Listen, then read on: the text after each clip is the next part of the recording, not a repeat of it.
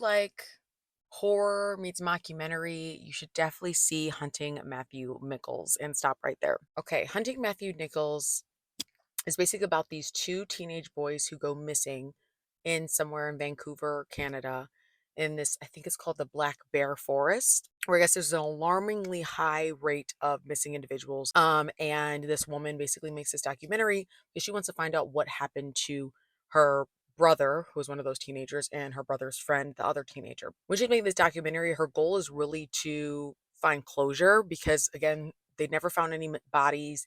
They really truly went missing, and she uncovers that her brother was actually into some satanic ritual stuff. I'm not going to spoil anything. And so her goal is to find that closure. However, this is one of those movies where we've seen these characters before where grief has them by the throat, and there's no way anything can be said or done for them to forget about their loved one or for them to move on. This is one of those movies where you do see the main character, kind of struggle with letting go of losing her brother 20 some years ago. And if she's not getting over it, then she is pushed to a limit where it's like, you may not ever get over it. And I love those kind of characters too, because you're like, I get it, grief can really have you like that, I get it. But we all know when you're dealing with people outside of this universe, with the spirit realm, you're messing with something different.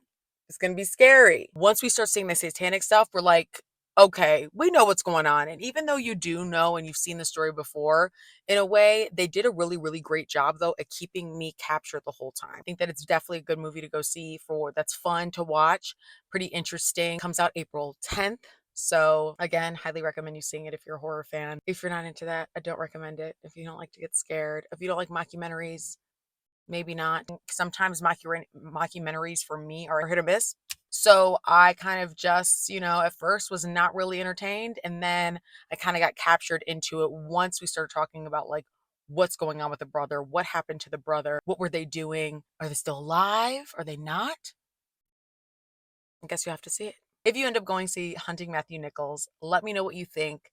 Put it in the comments. If you like content like this, please like, follow, subscribe.